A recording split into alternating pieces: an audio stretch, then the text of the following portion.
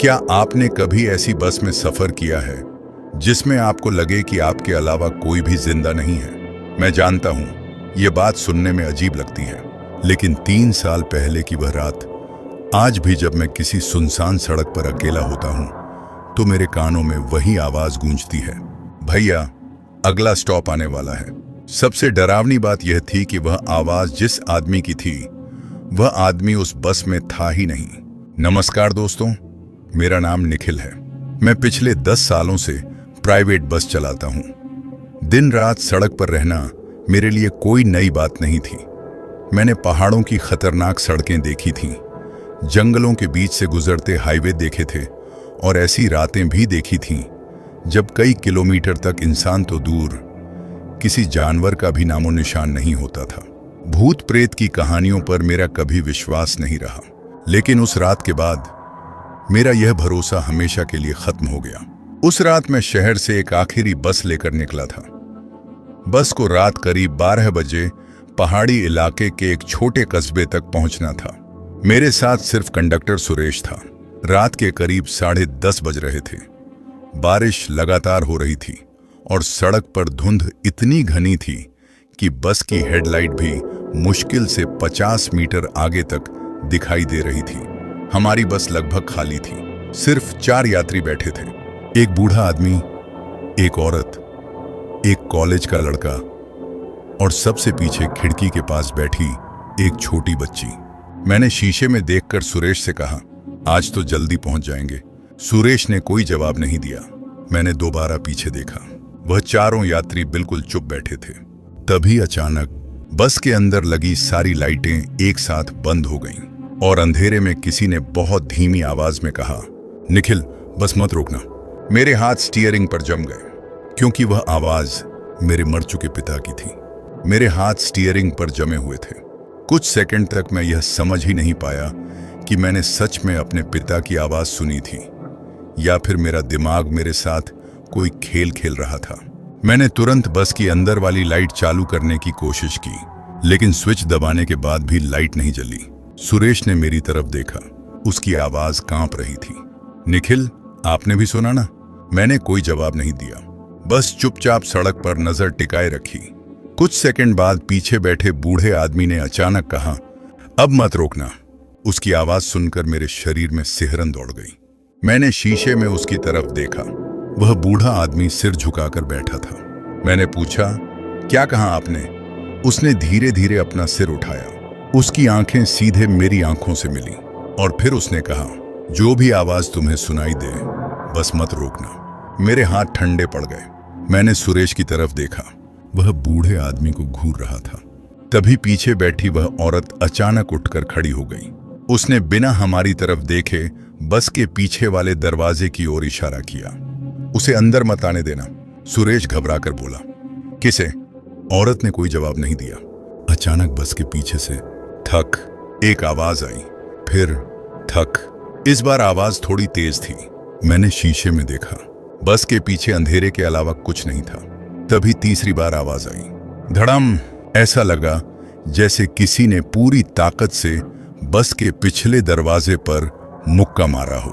बस के अंदर बैठी छोटी बच्ची अचानक रोने लगी और उसी पल मेरे पीछे से एक बहुत धीमी आवाज आई, निखिल। मैंने सांस रोक ली, क्योंकि वह आवाज इस बार मेरे पिता की नहीं थी। वह मेरी अपनी आवाज थी और वह आवाज बस के बिल्कुल पीछे से आ रही थी। निखिल मुझे बस से नीचे उतार दो। मेरी अपनी आवाज सुनकर मेरे पूरे शरीर में जैसे करंट दौड़ गया। मैंने धीरे से सुरेश की तरफ देखा। उसने भी वह आवाज सुनी थी। उसकी आंखें डर से पूरी तरह खुली हुई थी। मैंने फुसफुसाकर पूछा, सुरेश तुमने सुना? उसने सिर्फ सिर हिला दिया। बस के पीछे से फिर मेरी ही आवाज आई, निखिल दरवाजा खोलो। इस बार आवाज बिल्कुल साफ थी, लेकिन सबसे डरावनी बात यह थी कि वह आवाज मेरी ही थी। मैंने तुरंत बस की स्पीड बढ़ा दी। अब बस करीब 80 किलोमीटर प्रति घंटे की रफ्तार से पहाड़ी सड़क पर दौड़ रही थी। बारिश और तेज हो चुकी थी। सड़क पर धुंध फैलने लगी थी। मैंने पीछे देखने की हिम्मत नहीं की। तभी सुरेश ने अचानक चीखते हुए कहा, भैया पीछे मत देखना। मैंने घबराकर पूछा, क्यों? वह कांपती आवाज में बोला, बस के पीछे चल रहा है। मेरे हाथ स्टीयरिंग पर कस गए। कौन? सुरेश ने जवाब नहीं दिया। वह बस के पीछे वाले शीशे को घूर रहा था। फिर उसने धीरे से कहा, वही आदमी जिसकी आवाज आपकी है। मेरे माथे पर पसीना आ गया। मैंने खुद को रोकते हुए पीछे देखने की कोशिश नहीं की, लेकिन तभी बस की छत पर किसी के दौड़ने की आवाज आने लगी। धड़ धड़ धड़। कोई बस की छत पर तेजी से दौड़ रहा था। मैंने डर के मारे ब्रेक दबाने की कोशिश की। तभी बूढ़ा आदमी जोर से चिल्लाया, ब्रेक मत लगाना। मैंने पलटकर उसकी तरफ देखा। इस बार उसके चेहरे पर डर नहीं था, बल्कि वह मुझे देखकर मुस्कुरा रहा था। उसने अपनी उंगली सड़क की तरफ उठाई। अगर यहां बस रोक दी तो सुबह तक बस में बैठे लोगों की गिनती बदल जाएगी। मैं कुछ समझ पाता उससे पहले बस की सारी खिड़कियों पर एक साथ किसी ने बाहर से हाथ मारना शुरू कर दिया। धड़म धड़म धड़म। और फिर मेरे सामने सड़क के बीचों बीच एक छोटी बच्ची खड़ी दिखाई दी। वही बच्ची जो कुछ मिनट पहले मेरी बस के अंदर बैठी हुई थी। मेरे पैरों के नीचे से जैसे जमीन खिसक गई। सड़क के बिल्कुल बीच में वही छोटी बच्ची खड़ी थी। वही लाल रंग की फ्रॉक, वही खुले हुए बाल और वही चेहरा जिसे मैंने कुछ मिनट पहले बस की आखिरी सीट पर बैठे देखा था। मैंने तुरंत ब्रेक दबा दिया, लेकिन तभी मेरे बगल में बैठे सुरेश ने मेरा हाथ पकड़ लिया। भैया ब्रेक मत लगाना, मैं चिल्लाया, लेकिन वो बच्ची सामने खड़ी है। सुरेश ने मेरी तरफ देखा। उसकी आंखों में ऐसा डर था जो मैंने आज तक किसी इंसान की आंखों में नहीं देखा था। वह धीरे से बोला, भैया पीछे देखिए। मैंने डरते हुए शीशे में देखा। बस की आखिरी सीट खाली थी। वह बच्ची वहां नहीं थी। मेरी सांस अटक गई। मैंने दोबारा सड़क की तरफ देखा। बच्ची अब भी वहीं खड़ी थी। बस हमारी तरफ बढ़ रही थी, लेकिन वह हिल नहीं रही थी। मैंने हॉर्न बजाया, एक बार, फिर दूसरी बार, लेकिन बच्ची सड़क से नहीं हटी। तभी अचानक उसने अपना सिर उठाया और सीधे मेरी तरफ देखने लगी। उसका चेहरा बिल्कुल सफेद था। उसने धीरे से अपना हाथ उठाया और बस रोकने का इशारा किया। उसी पल मेरे पीछे से किसी ने कहा, निखिल, उसे अंदर बैठा लो। यह आवाज मेरे पिता की थी। मैंने आंखें बंद कर ली। मैंने खुद से कहा, यह मेरे पिता नहीं है। फिर मैंने पूरी ताकत से एक्सीलेटर दबा दिया। बस तेजी से उस बच्ची की तरफ बढ़ने लगी। सुरेश चीख रहा था, भैया कुछ करो। मैंने आंखें बंद नहीं की। मैंने सीधा सड़क की तरफ देखा। बस बच्ची के बिल्कुल पास पहुंच गई और तभी वह बच्ची अचानक गायब हो गई। बस उसके आर पार निकल गई, लेकिन उसी पल बस के अंदर एक जोरदार चीख गूंजी। मैंने डर कर ब्रेक दबाया। बस सड़क पर घिसटती हुई रुक गई। कुछ सेकंड तक चारों तरफ सिर्फ बारिश की आवाज थी। फिर पीछे बैठे बूढ़े आदमी ने बहुत धीमी आवाज में कहा, अब वह बस के अंदर आ चुकी है। मैंने कांपते हुए शीशे में देखा। बस की आखिरी सीट पर वह बच्ची फिर से बैठी थी, लेकिन इस बार उसके बगल में कोई और भी बैठा था और वह धीरे धीरे मेरी तरफ देखकर मुस्कुरा रहा था। मेरी नजर शीशे पर जम गई। बच्ची के बगल में बैठा वह आदमी धीरे धीरे अपना चेहरा मेरी तरफ घुमा रहा था। बस की हल्की पीली रोशनी उसके चेहरे पर पड़ रही थी और जैसे ही मैंने उसका चेहरा देखा, मेरे हाथ स्टीयरिंग पर जम गए। वह चेहरा मेरा अपना चेहरा था।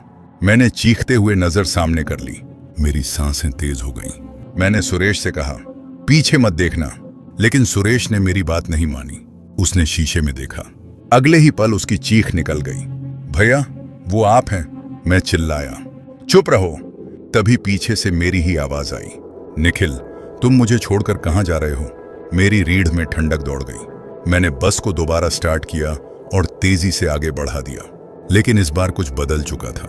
बस में बैठे बाकी तीनों यात्री बिल्कुल शांत थे, जैसे उन्हें किसी बात की कोई चिंता ही नहीं थी। मैंने शीशे में देखा। वह बूढ़ा आदमी आंखें बंद करके बैठा था।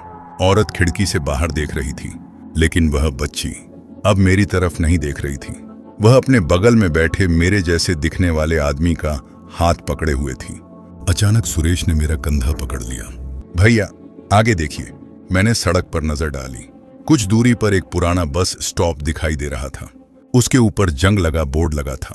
बोर्ड पर लिखा था, भैरव घाट अंतिम पड़ाव। मैंने राहत की सांस ली। मुझे लगा शायद अब हम इस रास्ते से बाहर निकल जाएंगे, लेकिन तभी सुरेश ने मोबाइल निकाला। उसने स्क्रीन मेरी तरफ कर दी। उसका चेहरा सफेद पड़ चुका था। मोबाइल में नेटवर्क नहीं था, लेकिन स्क्रीन पर एक नोटिफिकेशन दिखाई दे रहा था। मैंने पढ़ा, आपकी बस का आखिरी पड़ाव 17 साल पहले बंद हो चुका है। मैं कुछ बोल पाता उससे पहले बस के अंदर बैठे सभी यात्रियों ने एक साथ अपना सिर मेरी तरफ घुमा दिया और एक ही आवाज में बोले, निखिल अब बस रोक दो। उसी पल बस का इंजन अपने आप बंद हो गया। बस का इंजन अचानक बंद होते ही पूरा माहौल बदल गया। कुछ सेकंड पहले तक जो इंजन की आवाज लगातार सुनाई दे रही थी वह एकदम शांत हो गई। अब बस के अंदर सिर्फ बारिश की बूंदों की आवाज थी। मैंने तुरंत चाबी घुमाई, एक बार फिर दूसरी बार, लेकिन इंजन स्टार्ट नहीं हुआ। सुरेश ने घबराकर पूछा, भैया क्या हुआ? मैंने जवाब नहीं दिया। मेरी नजर सामने सड़क पर थी। बस स्टॉप बिल्कुल पास था, लेकिन वहां एक भी इंसान नहीं था। मैंने तीसरी बार चाबी घुमाई। इस बार इंजन स्टार्ट हो गया, लेकिन तभी बस के पीछे से किसी ने धीरे से ताली बजाई। एक बार, फिर दूसरी बार, और फिर लगातार तालियों की आवाज आने लगी। मैंने शीशे में देखा, मेरे पीछे बैठे सभी यात्री मुस्कुरा रहे थे, लेकिन उनकी मुस्कान बिल्कुल सामान्य नहीं थी। उनके चेहरे पर एक अजीब सी खिंची हुई मुस्कान थी। मैंने डरते हुए पूछा, आप लोग कौन हैं? कोई जवाब नहीं आया। तभी वह बूढ़ा आदमी धीरे से खड़ा हुआ। उसने अपनी जेब से एक पुरानी फोटो निकाली और मेरी तरफ बढ़ा दी। मैंने फोटो हाथ में ली। फोटो देखकर मेरी सांस रुक गई। उसमें एक पुरानी बस खड़ी थी और बस के सामने कई लोग खड़े थे। उन लोगों में मेरे पिता भी थे। मैंने कांपते हुए पूछा, ये फोटो आपके पास कहां से आई? बूढ़े आदमी ने मेरी तरफ देखा। उसकी आवाज बेहद धीमी थी, तुम्हारे पिता भी इसी बस को चलाते थे। मेरे पैरों तले जमीन खिसक गई। क्या मतलब? वह धीरे से मुस्कुराया। 17 साल पहले इसी रात इसी रास्ते पर एक बस गायब हुई थी। मैंने फोटो को दोबारा देखा। फोटो में बस के ड्राइवर की सीट पर बैठे आदमी का चेहरा साफ दिखाई दे रहा था। वह मेरे पिता थे। लेकिन सबसे डरावनी बात, फोटो के पीछे तारीख आज से ठीक 17 साल पुरानी थी। तभी बस के पीछे से मेरे पिता की आवाज आई, निखिल अब तुम्हारी बारी है। मेरे हाथ से फोटो नीचे गिर गई और उसी पल बस की सारी खिड़कियां अपने आप बंद हो गईं। बस के अंदर बैठे सभी लोग एक साथ मेरी तरफ देखने लगे। फिर वह बूढ़ा आदमी बोला, तुम्हें यहां लाने के लिए हमने तुम्हारे पिता की आवाज का इस्तेमाल किया था। मेरी सांस रुक गई। मैंने पूछा, लेकिन क्यों?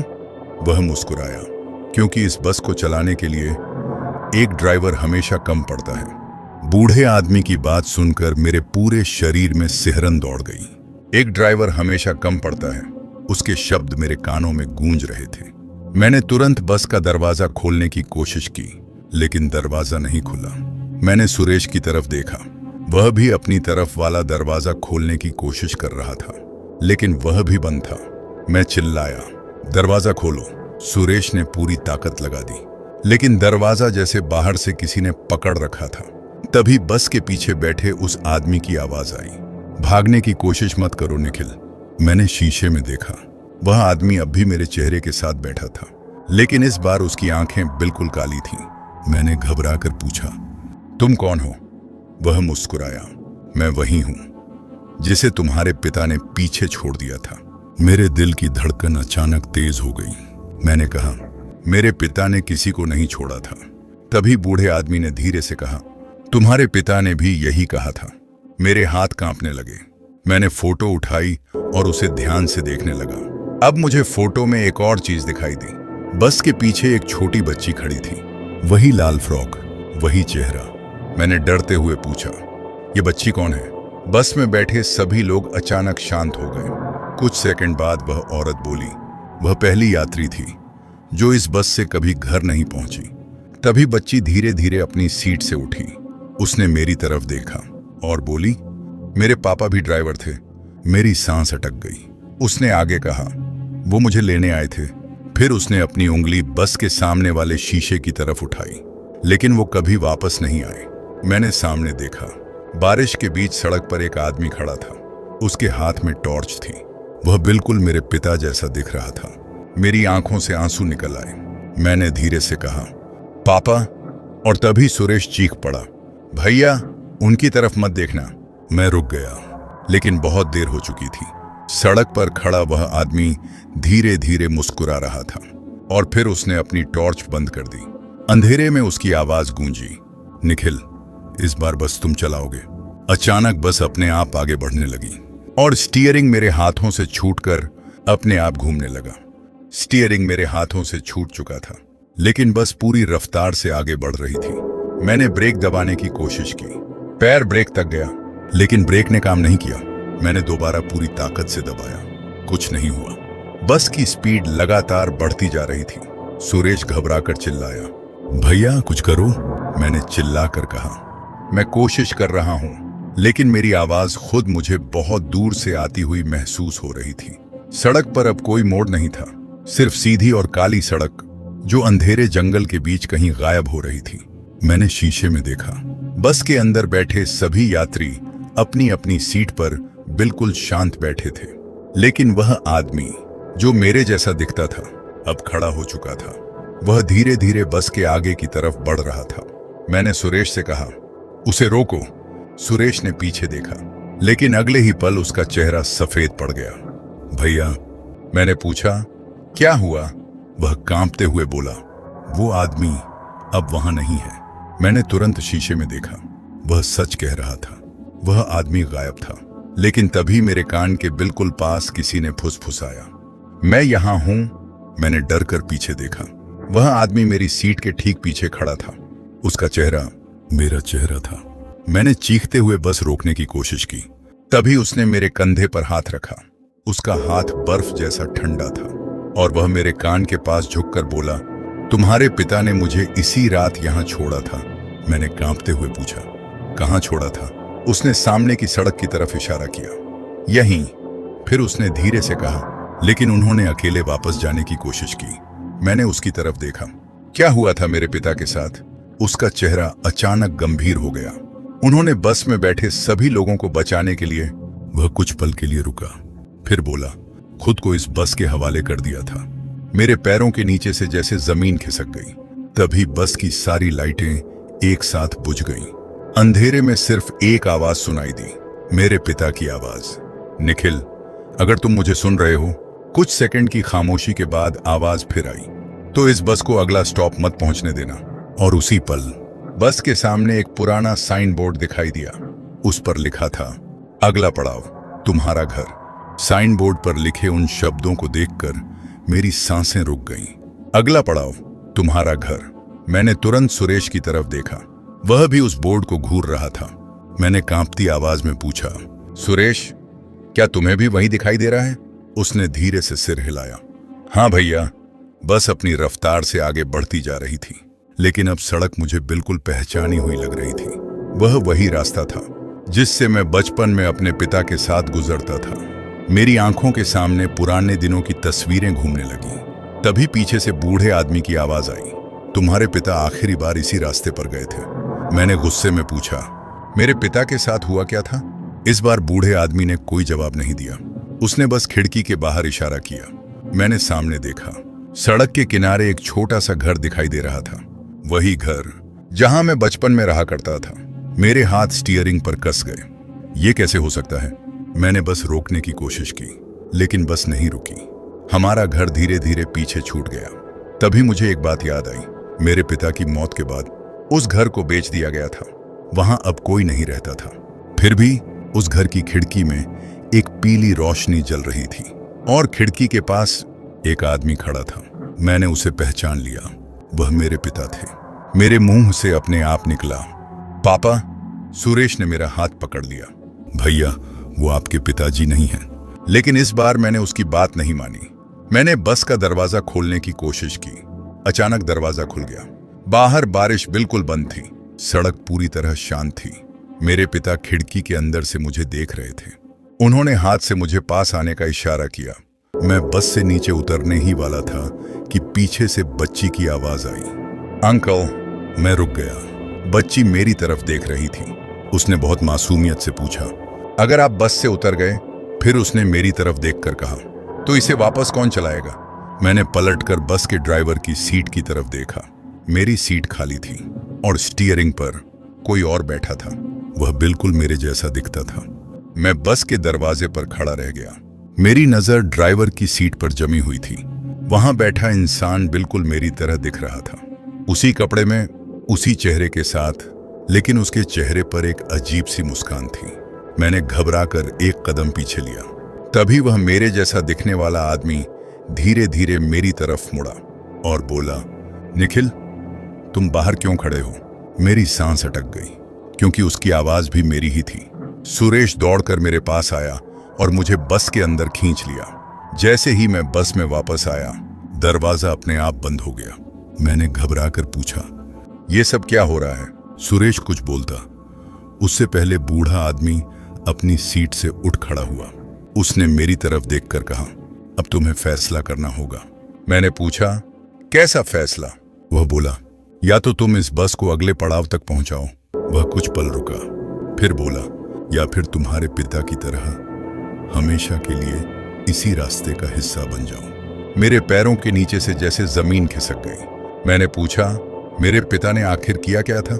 इस बार बस में बैठे सभी लोग मेरी तरफ देखने लगे। बूढ़े आदमी ने धीमी आवाज में कहा, 17 साल पहले तुम्हारे पिता इस बस को चला रहे थे। उस रात भी बस में सिर्फ 4 यात्री थे। मैंने चौंक कर उसकी तरफ देखा। 4 यात्री, बिल्कुल आज की तरह। वह आगे बोला, लेकिन रास्ते में बस के सामने एक बच्ची आ गई। मैंने बच्ची की तरफ देखा। वह सिर झुकाकर बैठी थी। तुम्हारे पिता ने बस रोक दी और उस बच्ची को बचाने के लिए नीचे उतर गए। मैंने पूछा, फिर? बूढ़े आदमी की आवाज अचानक बदल गई। फिर उन्होंने देखा कि सड़क पर कोई बच्ची थी ही नहीं। मेरे शरीर में सिहरन दौड़ गई। वह बस के अंदर लौटे? बूढ़े आदमी ने मेरी आंखों में देखते हुए कहा, लेकिन तब तक बस में बैठे चारों यात्री मर चुके थे। अचानक बस के अंदर तेज चीख गूंजी। मैंने पीछे देखा। वह बच्ची अपनी सीट पर नहीं थी और अगले ही पल मेरे कान के पास उसकी फुसफुसाहट सुनाई दी, अंकल, अब आपको भी उतरना होगा। मैंने धीरे से पीछे मुड़कर देखा। वह बच्ची मेरे ठीक पीछे खड़ी थी, लेकिन इस बार उसके पैर जमीन पर नहीं थे।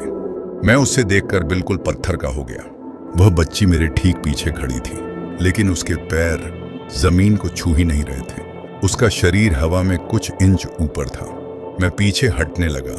तभी उसने अपना सिर थोड़ा टेढ़ा किया और मुस्कुराकर बोली, डर क्यों रहे हो अंकल?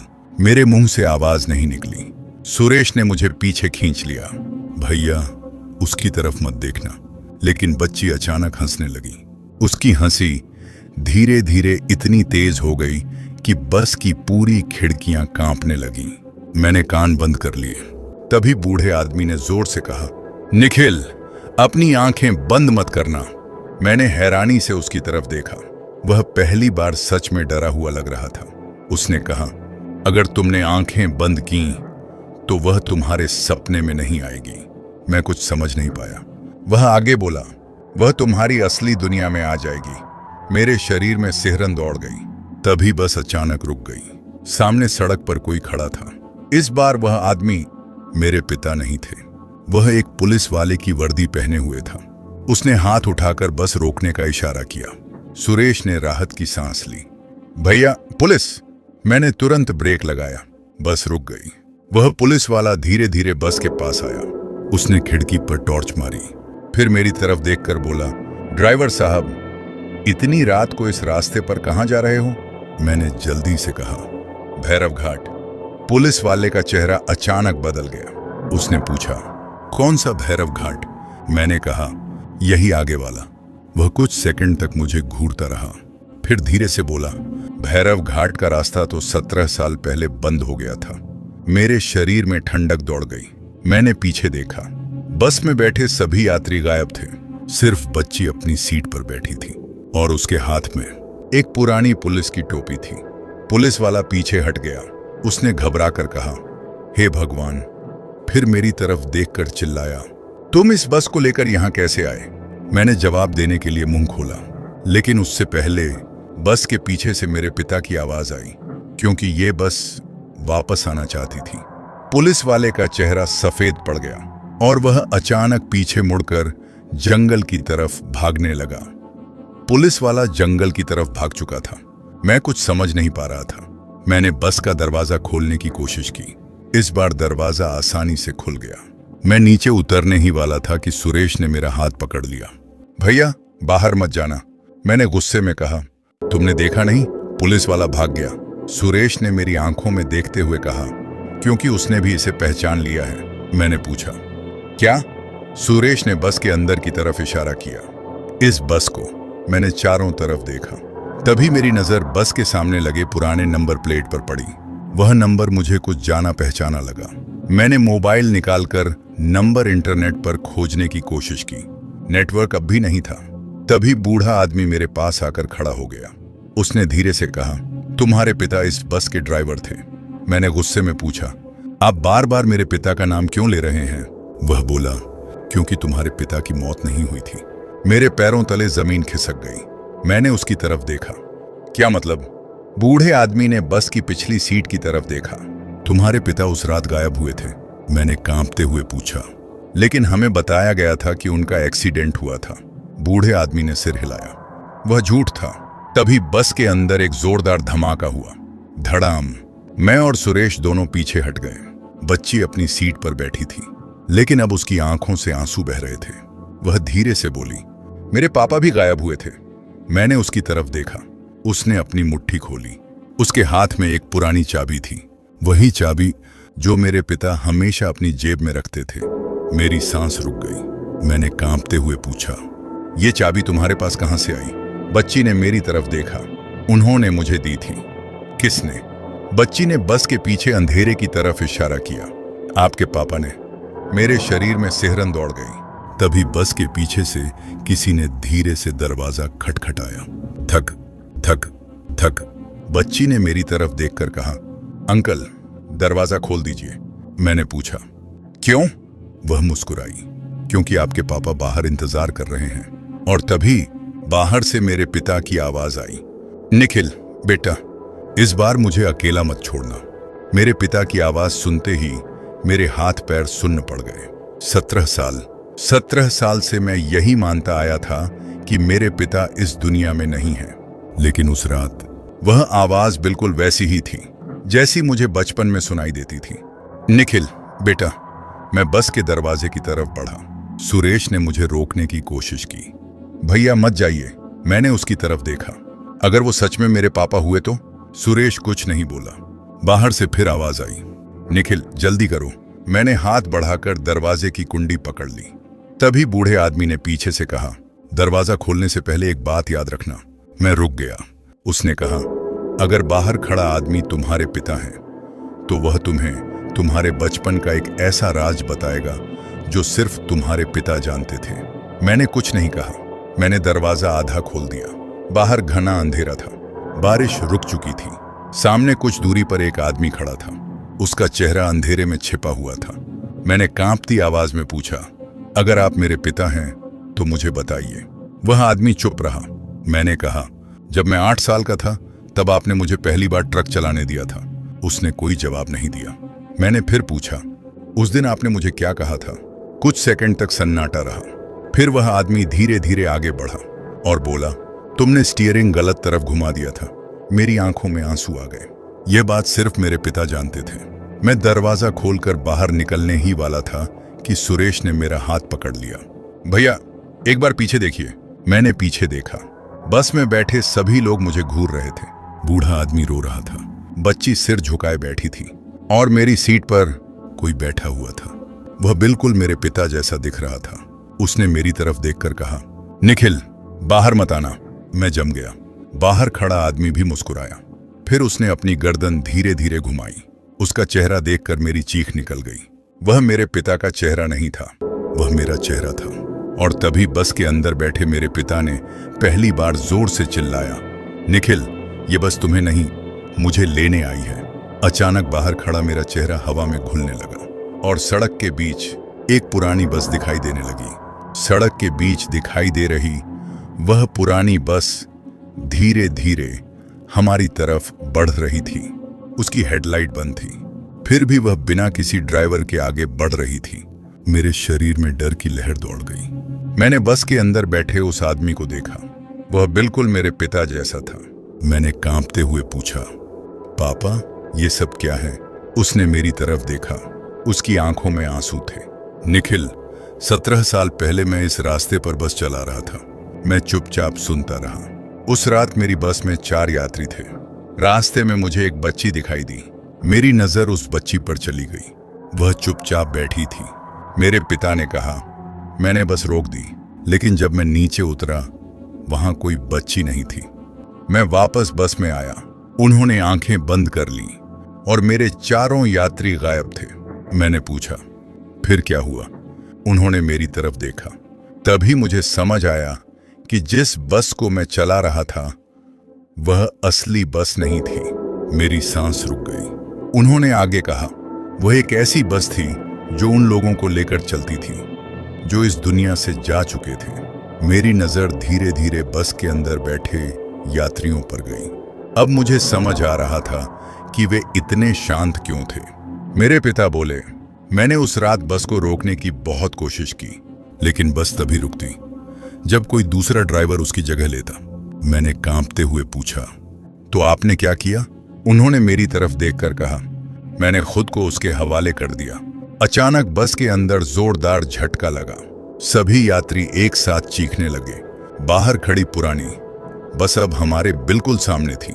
मेरे पिता ने मेरी तरफ देखकर कहा, लेकिन मैं जानता था एक दिन ये बस तुम्हें भी यहां लेकर आएगी। मैंने पूछा, मुझे क्यों? उन्होंने धीरे से जवाब दिया, क्योंकि तुम मेरे बेटे हो।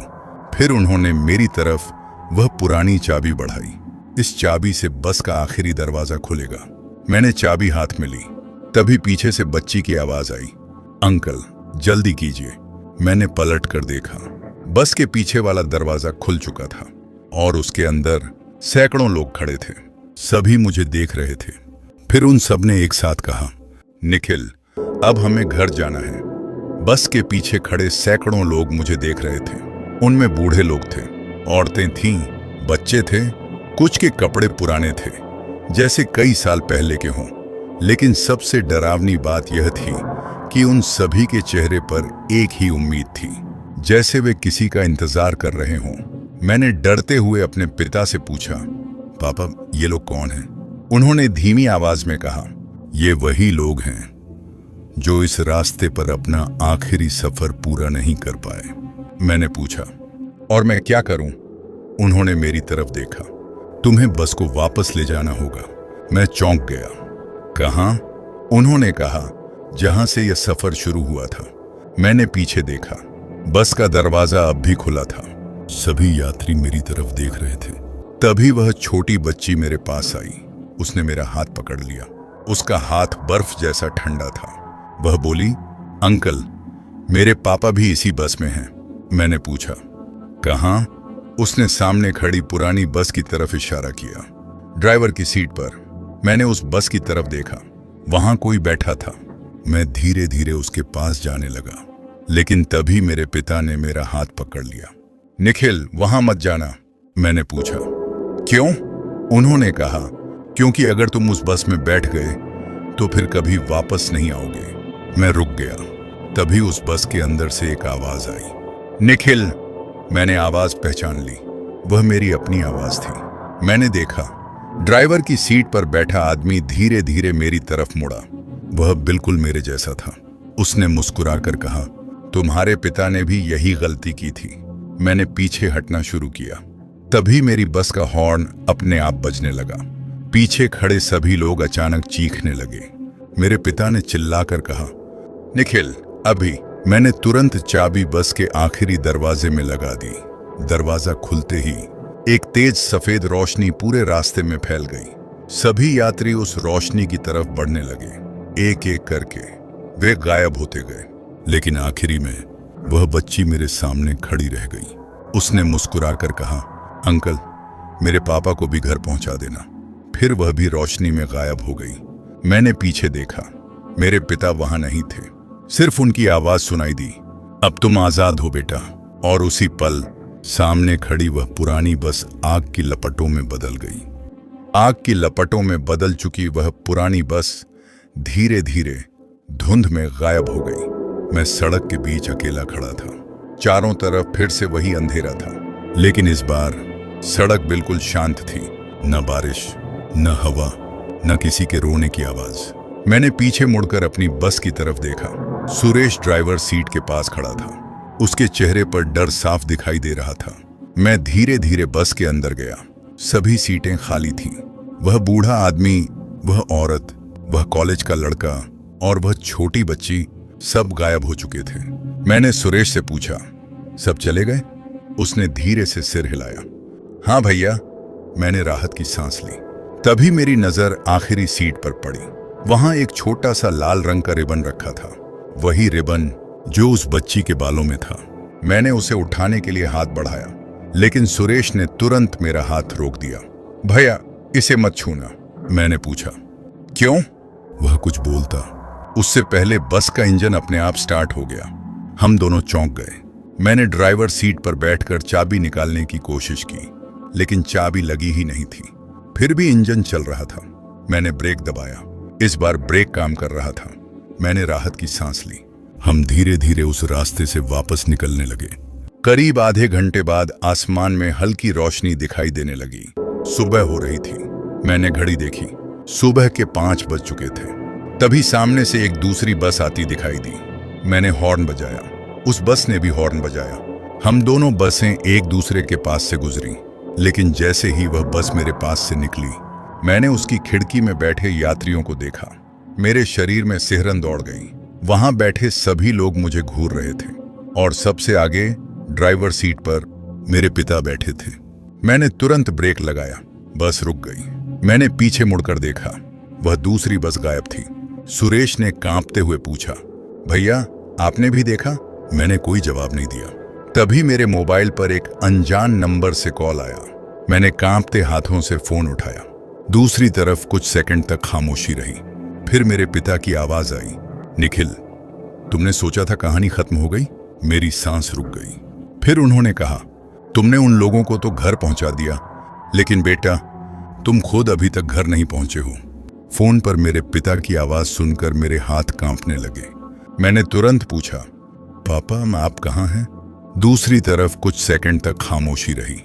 फिर आवाज आई, जहां तुम मुझे आखिरी बार छोड़कर गए थे। मेरी सांस रुक गई। मैंने घबराकर पूछा, लेकिन मैंने आपको छोड़ा कब? कोई जवाब नहीं आया। कॉल अचानक कट गया। मैंने तुरंत नंबर पर वापस कॉल किया, लेकिन फोन बंद था। सुरेश मेरी तरफ देख रहा था। भैया क्या कहा उन्होंने? मैंने उसे सब बता दिया। सुरेश कुछ देर तक चुप रहा। फिर उसने धीरे से कहा, भैया हमें पहले ये पता करना होगा कि हम हैं कहाँ। मैंने बस के बाहर देखा। सड़क अब बिल्कुल सामान्य लग रही थी। सूरज निकल चुका था, लेकिन आसपास कोई गांव नहीं था। न कोई दुकान, न कोई इंसान, न कोई दूसरी गाड़ी। मैंने मोबाइल में लोकेशन देखने की कोशिश की। इस बार नेटवर्क था, लेकिन स्क्रीन पर जो दिखा उसे देखकर मेरे पैरों तले जमीन खिसक गई। हमारी लोकेशन एक ऐसी जगह दिखा रही थी जहां कोई सड़क थी ही नहीं। सुरेश ने अपना मोबाइल निकाला। उसकी स्क्रीन पर भी वही लोकेशन थी। हम दोनों एक दूसरे को देखने लगे। तभी सामने सड़क के किनारे एक छोटा सा बोर्ड दिखाई दिया। मैंने बस रोक दी। बोर्ड पर लिखा था, भैरव घाट 17 किलोमीटर। मेरे शरीर में सिहरन दौड़ गई। मैंने घड़ी देखी, सुबह के 6 बज रहे थे। हम लगभग 1 घंटे से वापस जा रहे थे। फिर भी हम उसी जगह कैसे पहुंच गए? तभी बस के पीछे से किसी ने आवाज लगाई, भैया। मैं और सुरेश दोनों पलटकर देखने लगे।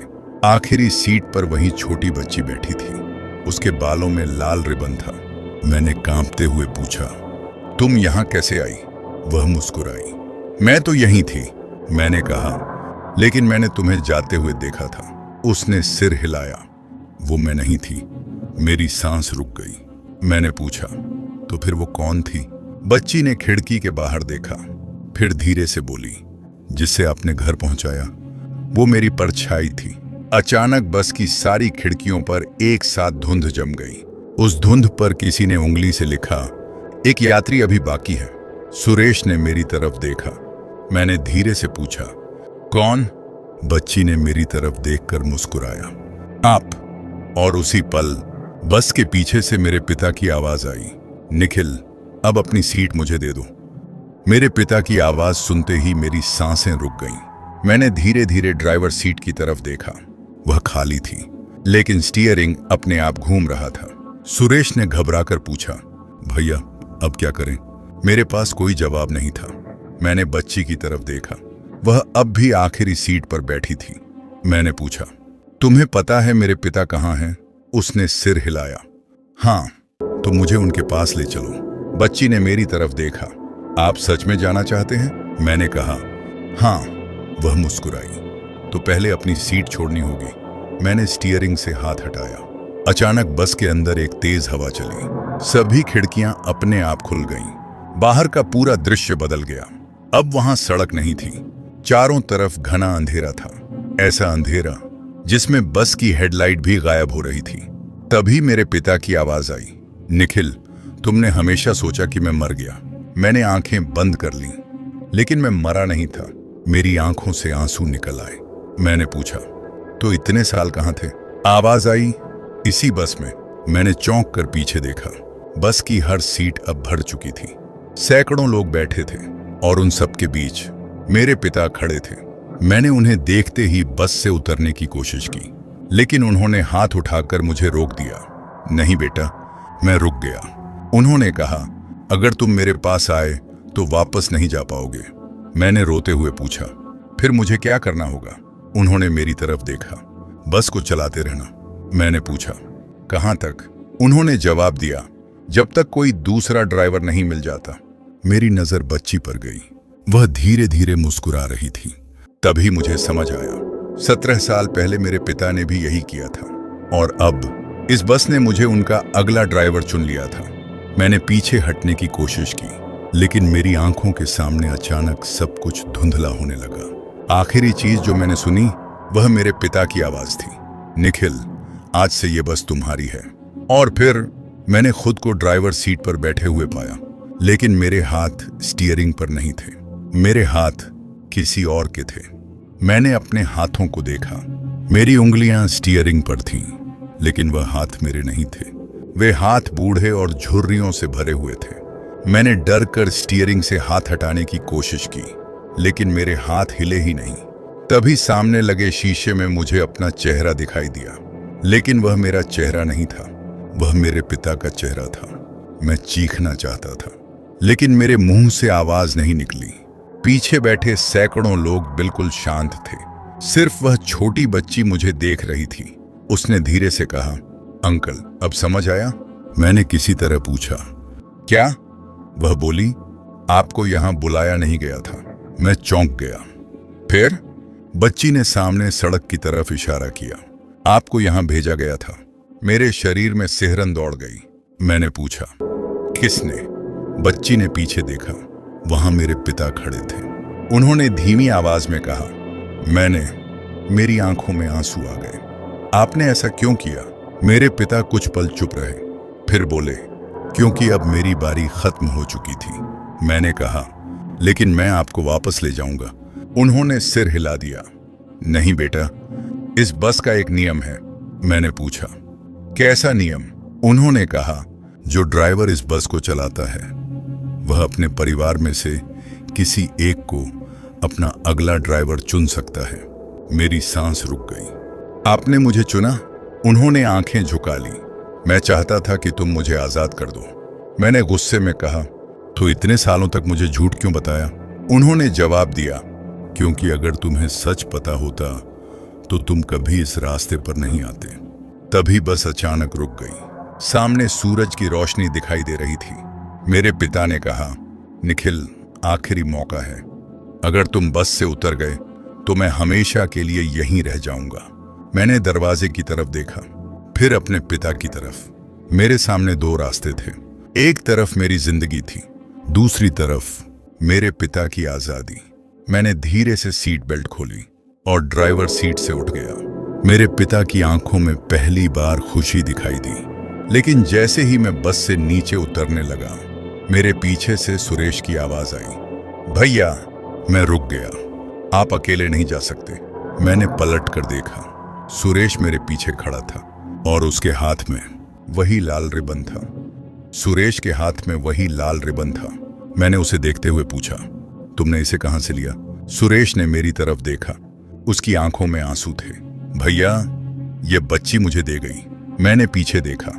बस के अंदर अब कोई नहीं था, न वह बच्ची, न वह बूढ़ा आदमी, न कोई और यात्री। सिर्फ मेरे पिता खड़े थे।